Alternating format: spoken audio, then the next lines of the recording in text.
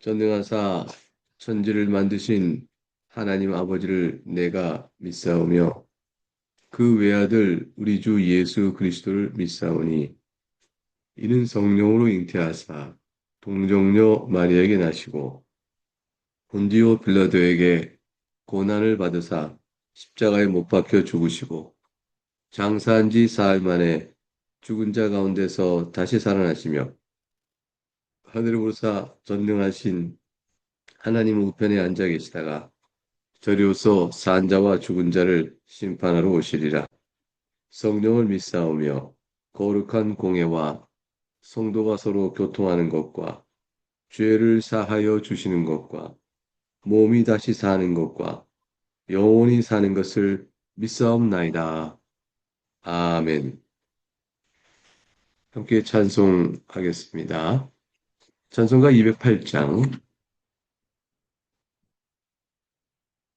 208장입니다. 내 주의 나라와 1절과 4절, 5절, 3절을 찬송하겠습니다. 시작하겠습니다. 내 주의 나라와 주 계신 성전과 피 흘려 사신 교회를 늘 사랑합니다. 성도의 교제와 교회의 위로와 구주와 맺은 언약을 늘 기뻐합니다. 하늘의 영광과 베푸신 은혜가 진리와 함께 영원히 시온에 넘치네. 아멘.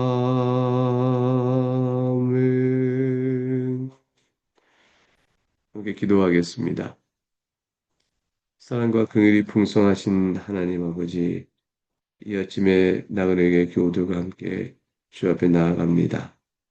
오늘도 순서를 따라 읽는 주의 말씀을 통하여 저희가 알아야 될 귀한 복된 진리를 알려주시고 그 말씀에 기초하여 우리가 주 앞에 선히 살아가고 하나님께 영광을 돌리며 믿음의 길을 믿음의 선진을 따라 올곧게 걸어가는 우리가 되도록 복내려 주옵소서.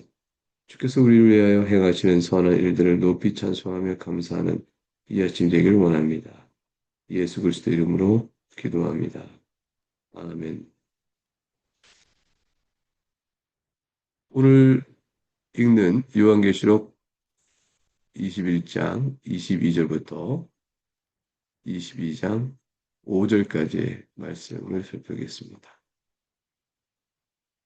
우리가 요한계시록의 내용을 통해서 21장부터 보는 내용은 어제 우리가 금요일을 통해서 본 것이죠. 원래 토요일 아침 본문입니다만 우리가 오늘 지금 보고 있는 것은 주일 아침 본문입니다. 21장에는 이제 완전하고 영원한 하나님 나라의 상태가 어떤 것인지를 이제 보여주고 있습니다. 그에 앞서서는 20장에서는 예수 그리스도의 재림, 최후의 심판, 그리고 사탄과 짐승의 멸망에 대한 환상이 있었고요. 그리고 이제 하나님 나라의 복된 상태, 성도가 누릴 그 아름다운 새 하늘과 새 땅, 그중에 특별히 새 예루살렘에 대한 환상을 우리가 살펴봤습니다. 오늘 읽는 이제 21장, 22절부터 22장 5절도 역시 종말 이후에 영원한 새 창조, 변하지 않는 아름다운 그 최종적 상태, 그 안에서 누려질 새 예루살렘의 그리고 회복된 예덴에 대한 아름다운 모습이 영광스럽게 상징적으로 드러납니다. 상징적으로 들어오고 있지만 상징이라는 것이 실제하지 않는다. 이런 것은 아닙니다. 실제로 있을 것에 대한 묘사인데 그것에 대한 묘사 방식이 상징적인 것입니다. 21절부터 25절 주의 말씀 먼저 보도록 하겠습니다. 성 안에서 내가 성전을 보지 못하였으니 이는 주 하나님 곧 전능하신 이와 이 어린 양이 그 성전이심이라. 그 성은 해나 달의 비침이 쓸데없으니 이는 하나님의 영광이 비치고 어린 양이 그 등불이 되심이라. 만국이 그 빛 가운데로 다니고 땅의 왕들이 자기 영광을 가지고 그리로 들어가리라. 낮의 성문들을 도무지 닫지 아니하리니 거기에는 밤이 없습니다. 하나님의 말씀입니다. 하나님께 감사합니다. 성전을 보지 못한다. 예루살렘 성 안에서 성전을 보지 못한다. 이 말을 얼핏 보면 구약적 개념 보기는 갑자기 충격이 옵니다. 왜냐하면 성전이 있어야 하나님을 뵙는 것이거든요. 성전이 있어야 하나님을 만나는 것인데 아니, 성전이 없다면 그 예루살렘 성 안에는 새 예루살렘 성 안에는 성전이 없다면 어떻게 되지? 말하자면 빌 껍데기만 남는 건 아닌가? 라는 생각이 들 수 있습니다. 그래서 이내 곧 설명이 나옵니다. 주 하나님 곧 전능하신 이와 및 어린 양이 그 성전이십니다. 아, 그러니까 성전의 형태로 있지 아니하고 하나님 곧 전능하신 이와 어린 양이 직접 구하시는구나. 이것을 바로 보여주는 것이죠. 생각해 보면 구약의 성전은 하나님이 우리 하나님을 거룩하신 하나님을 죄인된 인간이 만나는 하나님께서 지정하신 약속의 장소입니다. 그런데 사실 그것은 거룩하신 하나님과 죄인된 인간 사이의 거리감을 나타내는 상징이기도 하죠. 임의로 만날 수 있는 것이 아닙니다. 오직 성전에는 제사만 들어가고 지동서는 대속주일에 대제사만 들어갈 수 있는 곳이었습니다. 일반 대중이 임의로 성전에 있다 하나님을 자유롭게 가서 만날 수 있는 것은 아니었습니다. 거기에는 분명한 거리가 있습니다. 그에 불구하고 만날 수 있는 상징의 장소이기도 했습니다. 그런데 새 예루살렘은 어떻게 될까요? 하나님과 어린 양이 친성전이 되심으로 그러므로 인해서 더 이상 어떤 구별, 차단, 거리감 이것이 없습니다. 구약의 성전은 하나님의 임재를 상징하지만 그런 의미에서는 불완전한 것이죠. 성전이 없으면 예배가 없는 것도 아니고 오히려 하나님과 어린 양이 친히 성전이 되심으로 하나님 앞에 직접 예배하고 직접 하나님과 교통하는 놀라운 충만의 복됨을 누립니다. 23절에 그래서 그 성은 또 없는 것이 있는데 해와 달이 없습니다. 해와 달의 비춤이 없으면 캄캄한 어둠인가? 어찌 되는가? 그러나 답이 주어집니다. 하나님의 영광이 비추고 있기 때문에 해와 달이 쓸모가 없는 겁니다. 어린 양이 그 등불이 되시기 때문에 그것들이 쓸모가 없는 것입니다. 이때 해와 달은 물리적인 빛을 비추죠. 근데 그것은 하나님의 영광이 비치면서 진리의 빛이 가득 찹니다. 결국은 해와 달의 빛을 쓸데없다는 말은 하나님의 영광, 진리의 빛을 가득 차는 것에 대한 상징의 묘사죠. 이미 밝습니다. 그러니까 물리적 빛이 필요 없이 하나님의 진리의 빛으로 가득해서 그것이 우리에게 밝음을 주는 그러한 특별한 심리적 상태를 보여줍니다. 만국이 그 빛 가운데로 다니고 만국이 진리의 영광, 진리의 빛 가운데 다니고 땅의 왕들이 자기 영광을 가지고 그리로 들어가리라 이렇게 되어 있습니다. 여기서 만국이라는 것은 바벨론에 속하고 마귀를 따르던 세상의 정권과 권세를 의미하는 것이 아닙니다. 여기서 말하는 만국은 20장 우리 4절에서 봤던 것처럼 만국과 각 땅에서 그리스도와 더불어 왕노릇하는 성도를 뜻하는 것이죠. 모든 성도가 각계, 각층, 각 나라, 각 방언, 각 족속에서 모이는 모든 성도를 뜻합니다. 모든 성도들이 자기 영광을 가지고 땅의 왕과 연결되어지죠. 자기 영광을 가지고 하나님께 하나님 나라에 들어간다. 새 예루살렘으로 들어간다.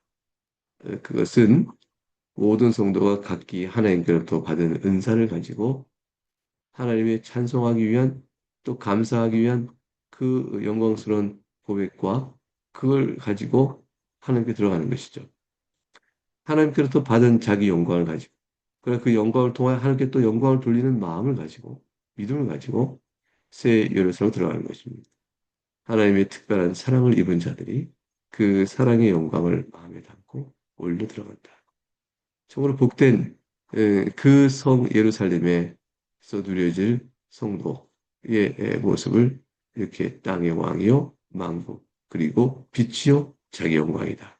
그 말들 표현하고 있습니다. 우리들도 여기 속하겠죠. 우리도 바로 만국과 땅의 왕들의 한 사람으로 속합니다.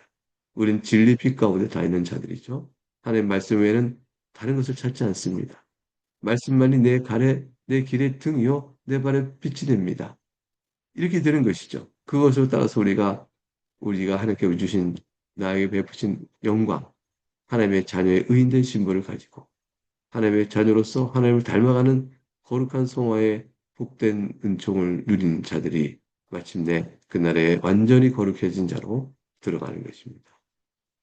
그곳에는 25절, 낮에 성문을 도무지 닫지 않습니다. 낮에 성문을 열어둡니다. 우선 밤이 없기 때문에 되어 있죠. 거기는 밤이 없습니다. 그렇습니다. 낮에도 성문은 열어두고 거기는 밤도 없고 항상 낮입니다. 항상 낮이니까 성문을 도무지 오지 않으니 항상 열어둔다는 것이죠. 항상 성문을 열어두면 성을 지키는 보호는 누가 할까요? 어떻게 할까요?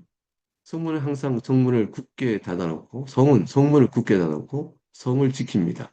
필요한 경우 열어두는 것이죠. 신원을 확인하고 열어둡니다. 근데 성문을 활짝 열어둔 성들은 방어력이 없는 것이죠. 근데 왜 그럴 수 있을까요? 무슨 의미가 있을까요? 도무지 성문을 닫아놓지 않아도 성을 향하여 침탈하거나 공격하거나 성을 방어하기 어려운 어떤 일들이 벌어지지 않을 것을 의미하죠. 마귀의 세력이 들어오지 못하는 것입니다. 성을 해야 할 어떤 세력도 이미 없어진 것이죠. 왜 그럴까요? 우리는 앞서 봤습니다. 불못에 던져져 버려 심판을 이미 받았기 때문이죠. 둘째 사망을 당한 영원한 진노의 심판 아래에 있는 마귀는 결코 열린 문을 통하여 들어오는 이 새 열애성장 안에 저들이 회방꾼, 방해꾼, 파괴자를 역할을 보내어 하게 할 수가 없는 것입니다.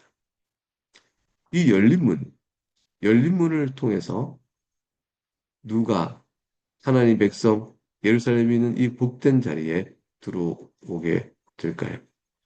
26절과 27절 주의 말씀을 두 절을 읽겠습니다.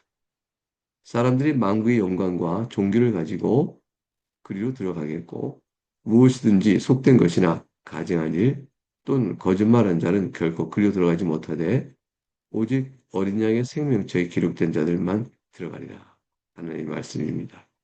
하나님께 감사합니다. 생각해 보면 거룩한 성 새 예루살렘에는 오직 어린 양의 생명책에 기록된 자들만 들어갑니다. 만국의 영광과 존귀를 가지고 들어가는 자. 그들이 누린 영광과 존귀는 세상에 있는 좋은 것들, 그 은보와 세속적 문화, 그걸 말하는 것이 아니고 영적으로 하나님께 부어주신 새로운 생명으로 인하여 나타난 영광이요, 존귀입니다. 이것은 어린 양의 피로만 가능한 것이죠. 어린 양의 구속의 사역을 통해서 만국에서 몰려드는 모든 하나님의 백성들은 영광을 입습니다. 그 영광은 의의 신분이요, 하나님 자녀된 신분의 영광이죠. 존귀함을 갖습니다. 거기에 합당한 존귀함은 과연 하나님의 자녀요, 하나님의 형상을 회복된 그리스도의 인의 모습을 갖게 됩니다. 성령 하나님이 역사하신 거룩한 성품을 가지고 주 앞에 변화된 자로 나가게 되어집니다. 그런 자들이 거룩한 새 예루살렘에 들어가는 것이죠. 그 반대로 대조적으로 해서 들어오지 못할 자가 있어요. 무엇이든지 속된 것은, 가증한 것은, 거짓말한 것은 결코 그 안에 섞이지 못합니다. 시편 1편 5절과 6절에 보게 되면 악인들은 심판을 견디지 못하며 죄인들이 의인들의 모임에 들지 못하리로다 했습니다. 의인의 길은 여호와께서 인정하시나 악인들의 길은 망하리로다 말씀하셨습니다. 결국 악인들은 심판을 견디지 못하고 심판 아래에 있게 될 것인데 그들의 죄인들이 의인들의 모임에 들어오지 못합니다. 이 세상에 있는 동안에는 하나님 나라가 교회를 통해서 그 존재를 드러내는데, 그러나 그곳의 교회는 가라지가 섞여 있는 형태로 되어 있어서 각종의 혼란과 죄의 모습을 갖게 됩니다. 속된 것이 교회 안에도 있게 되고요. 거짓말도 교회에 있게 됩니다. 그러나 이래서 의인들의 모임에 섞일 수 있겠지만 그날이 되어지면 이런 일은 다 심판을 받게 되고 완전히 갈라짐이 되어질 것이며 의인들의 모임에 들어오지 못합니다. 그래서 시편 23편 6절에 우리는 어떻게 의인들을 고백하냐면 한평생에 선하심과 인자하심이 반드시 나를 따르리니 내가 여호와의 집에 영원히 살리로다. 이 고백의 찬송을 주께 올립니다. 내가 여호와의 집, 이 거룩한 성 새 예루살렘에 영원히 세세토록 성도와 더불어 하나님을 찬송하며 직접 배웠고 살아가는 이 은혜. 이것은 이 세상 사는 동안도 나와 함께 항상 하였던 선하심과 인자하심 때문이로다 되어 있습니다. 우리의 고백이고 우리의 찬송이며 지금 이 인자심과 선하심은 지금도 나와 함께 하고 있습니다. 여러분 형편이 어떠한 상황이 있든지 하나님께서 여러분을 지켜보고 계시고 여러분을 두 손으로 안으시고 그리고 그 선하심과 인자심으로 바라보고 계십니다. 단지 떨어져 있는 바라보는 관찰자가 아니고 나를 따르니 했으니 동행자로 함께 계십니다. 단순히 여러분이 당하는 일을 뒤따라가는 동행자가 아니고 인도하신 분으로 동행하십니다.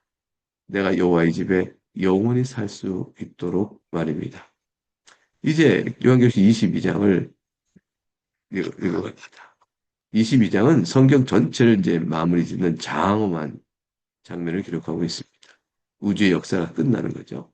새하늘과 새 땅이 도래하는 엄청난 사건으로 이래서 이루어질 새 예루살렘에 대한 또 복된 예언을 이어져 갑니다. 그리고 성경은 마감이 되는 것이죠. 오늘은 이제 5절까지 내용을 볼 것입니다. 1절과 2절의 말씀을 먼저 읽겠습니다. 또 그가 수정같이 맑은 생명수의 강을 내게 보이니 하나님과 및 어린 양의 보호자로부터 나와서 길 가운데로 흐르더라. 강 좌우에 생명나무가 있어 12가지 열매를 맺되 달마다 그 열매를 맺고 그 나무 잎사귀들은 만국을 치료하기 위하여 있더라. 하나님 말씀. 하나님께 감사합니다. 새 예루살렘은 특별한 것이 있습니다. 그곳에는 생명수가 흐릅니다. 이 생명수는 그 말 그대로 생명을 줍니다. 생명을 주는 방식은 은혜를 통해서 베풀어 줍니다. 은혜로 주시는 생명을 누리는 성도는 기쁨을 누리게 되고요. 성령 하나님 주시는 평강으로 충만하게 되어집니다. 이 모든 일들이 어린 양의 보좌, 하나님과 어린 양의 보좌에서 우리에게 흘러나옵니다. 그 흘러나오는 이 충만함을 생명수라고 표현하고 있습니다. 그리고 보면 우리가 이미 생명수를 마시고 있는 것이죠. 우리는 어린 양의 하나님과 어린 양의 보좌에 나오는 그 은혜로 인한 생명을 받은 자며 그로 인해서 우리는 기쁨을 아는 자이며 성령 하나님에 대한 평강을 우리가 맛보고 아는 자들입니다. 생명의 근원이신 하나님에게서 생명에서 나오는 것은 마땅한 일이요. 어린 양의 보좌, 죄로 인해 사망의 진노에 아래 있던 우리들을 구속하신 바로 그 어린 양, 예수 그리스도의 보좌에서 생명에서 흘러나온 것은 당연한 겁니다. 오직 생명은 하나님께 주신 것이며 죄의 죄와 사망의 권세에서 우리를 구원하신 구속주에게서만 생명이 나오는 것이기 때문입니다. 예수 그리스도의 성실한 하나님 나라에서 영원한 생명을 누리게 되는 것을 생명수 흐름을 통해서 보여주는데 이 성 예루살렘 이곳에는 더 이상 첫 창조 때 에덴과 같은 묘사가 비슷하게 보여주잖아요. 생명수의 감이 있고 2절에 보면 강 좌우에 생명나무가 있고 12가지 열매를 맺다. 과실 열매가 있고 생명나무가 있고 이런 묘사들은 전부 에덴을 우리가 떠오르게 하는데, 에덴도 있었던 한 가지가 없습니다. 그것은 뭐냐면, 선악을 알게 한 나무가 없습니다. 이제 선악을 알게 한 나무처럼 시험을 통해서 우리의 믿음의 내용을 확인하고 드러내는 행위 언약적 그런 관계는 하나님과 우리 사이의 관계가 아닌 것을 보여줍니다. 순종을 근거로 하나님 말씀하셔서 새로운 생명, 영원한 생명을 주시겠다 했는데 애초에 에덴에서 주어진 생명도 복된 것이지만 선을 알게 한 다음에 금지된 과실을 따먹지 않는 순종을 통해서 하늘의 생명, 더 나은 생명, 더 복된 생명을 누리도록 하셨는데 이제 그럴 일이 더 이상 없는 것입니다. 왜냐하면 하나님과 그 어린의 보좌에 나오는 생명수를 바로 받아 생명을 누리는 우리에게는 이미 약속된 행위 언약을 통해서 순종했던 누렸을 하늘의 생명, 그 생명을 이미 누려지고 있기 때문입니다. 그 생명을 누리고 있으니 우리에게는 더 이상 선악을 하게 남은 필요가 없는 것이죠. 생명나무의 실과를 에덴 동산에서는 본래 금지되어 있었습니다. 왜냐하면 범죄한 이후에 내어 쫓기고 먹지 못하도록 막여 있었죠. 이 생명나무는 바로 지금 방금 말씀드린 하늘의 생명을 상징하는 것입니다. 근데 그것을 누구라도 따먹을 수 있습니다. 12가지 열매는 12전 단어를 눈여겨보면 12지파, 12사도로 상징되는 구속받은, 구원받은 모든 백성을 가리키죠. 근데 12가지 열매는 이들에게 모든 구원받은 백성이 12지파, 12사도로 상징되는 모든 구원받은 백성이 충만히 먹고 누릴 수 있는 생명의 공급이라는 것이죠. 그러니까 이 열매는 부족함이 없습니다. 달마다 열매를 맺으니 그 공급도 결코 그침이 없습니다. 만국을 치료하는 입장이 더 이상 어떠한 죄의 결과로 인해서 치료받을 일이 없는 상태를 표현하죠. 그래서 그 날에는 다신 죄가 없는 것입니다. 그리고 복된 상태가 이루어집니다. 다시 어떤 새로운 의미에서의 구속사역, 구원의 사역이 필요하지 않습니다. 완성된 구원의 사역을 복되게 누릴 뿐이죠. 다시는 저주가 없다라고 할 것입니다. 3절부터 5절까지 그것을 설명합니다. 읽어보겠습니다. 다시 저주가 없으며 하나님과 그 어린 양의 보좌가 그 가운데 있으리니 그의 종들이 그를 섬기며 그의 얼굴을 볼 터이요 그의 이름도 그들의 이마에 있으리라. 다시 밤이 없겠고 등불과 햇빛이 쓸데없으니 이는 주 하나님이 그들에게 빛이심이라. 그들이 세세토록 왕노릇하리로다. 하나님의 말씀입니다. 감사합니다. 하나님께 얼마나 감사한지 모릅니다.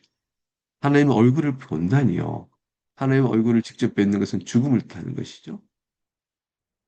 출애굽기 33장 20절에서 주님께서 말씀하셨어요. 모세에게 네가 내 얼굴을 보지 못한다. 네가 나를 보고 살 자가 없기 때문이야. 말씀했습니다. 예수님께서는 산상 수훈 가운데 팔복에서 마음이 청결하는 복이 있나니 저희가 하나님을 볼 것이라 했습니다. 근데 마음이 청결할 수가 있을까요? 모세에게는 아직도 허락되지 않은 일입니다.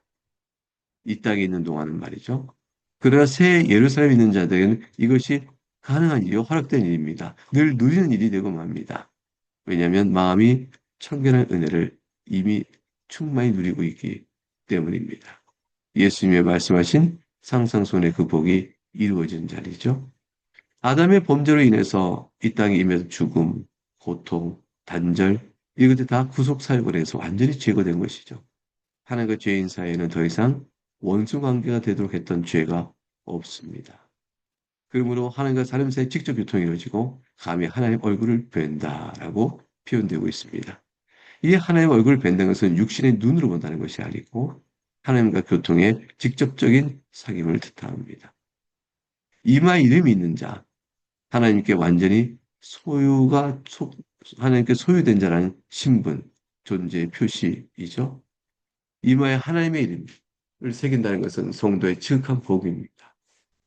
이러한 은혜를 입은 자들이 누린 영광을 세세토록 왕노릇한다라고 표현하고 있습니다.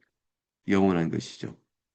이때 왕노릇은 다른 사람을 불복시키고 내 뜻대로 할 수 있는 권세를 갖는다는 뜻이 아니고 이미 왕 대신 예수 그리스도의 복된 통치, 그것에 함께 참여하여 주님이 오르십니다. 주님 하시니 너무 기쁩니다 하고 찬송 올리는 것을 왕 노릇이라 이렇게 표현하고 있는 것입니다.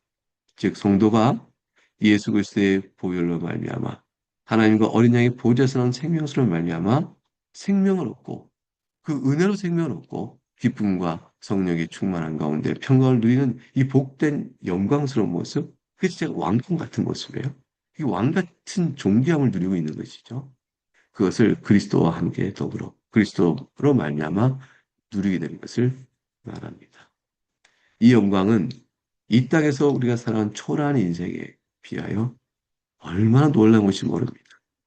성도는 이 땅에서 다양한 모습에서 살아가지만 다들 초라합니다. 이 세상의 영광의 왕이 이 세상에 속한 왕이 누리는 영광이라도 솔로몬의 영광도 백합화 하나님 만드신 꽃보다 아름답지 않다고 했습니다. 주님께서 만드신 새로운 피조물, 주께서 만드신 새로운 구속받은 성도의 아름다움은 이때 이루신 새 거룩한 성 예루살렘의 아름다움 속에서 거할 때 세상에 어떤 것과 비교되지 않습니다. 우리의 형편과 처지가 어떠든지 내가 초라하고 슬프다 할더라도 그래도 이 영광을 바라보며 소망 있게 넉넉히 이 하루의 인생을 감당할 수 있는 우리가 되기를 바랍니다. 이제 주님께서 가르친 기도를 우리 기도로 올리겠습니다. 하늘에 계신 우리 아버지여, 이름이 거룩히 여김을 받으시오며 나라가 임하시오며 뜻이 하늘에서 이루어진 것 같이 땅에서 이루어지이다. 오늘 우리에게 일용할 양식을 주시옵고 우리가 우리에게 죄 지은 자를 사하여 준 것 같이 우리 죄를 사하여 주시옵고 우리를 시험에 들게 하지 마시옵고 다만 악에서 구하시옵소서. 나라와 권세와 영광이 아버지께 영원히 있사옵나이다. 아멘.